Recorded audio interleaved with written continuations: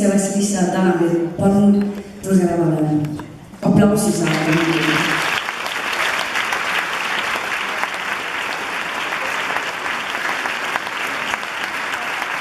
Ja lisaks sellele ma palun lavale Signe Kivi, kes saab üle Hõbenega selleaastase tiitli.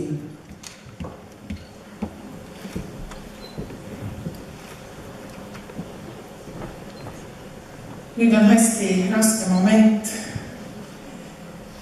Ei olnud selleks valmis, et näed neid kõiki siin. Üks saab selle suure, vägeva, tugeva hõbenõela ja kõik nominendid on ju tegelikult erakordsed anded. Aitäh teile selle show eest.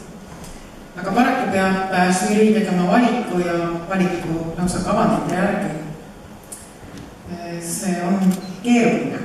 Mõnikord on kavandid paremad kui päris asjad, aga peaaegu alati on päris asjad paremad kui kavandid.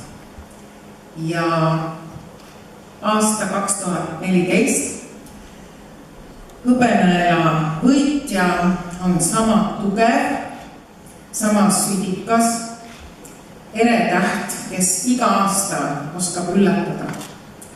Parajalt hullumeelne kunstnik Triinu Pungits!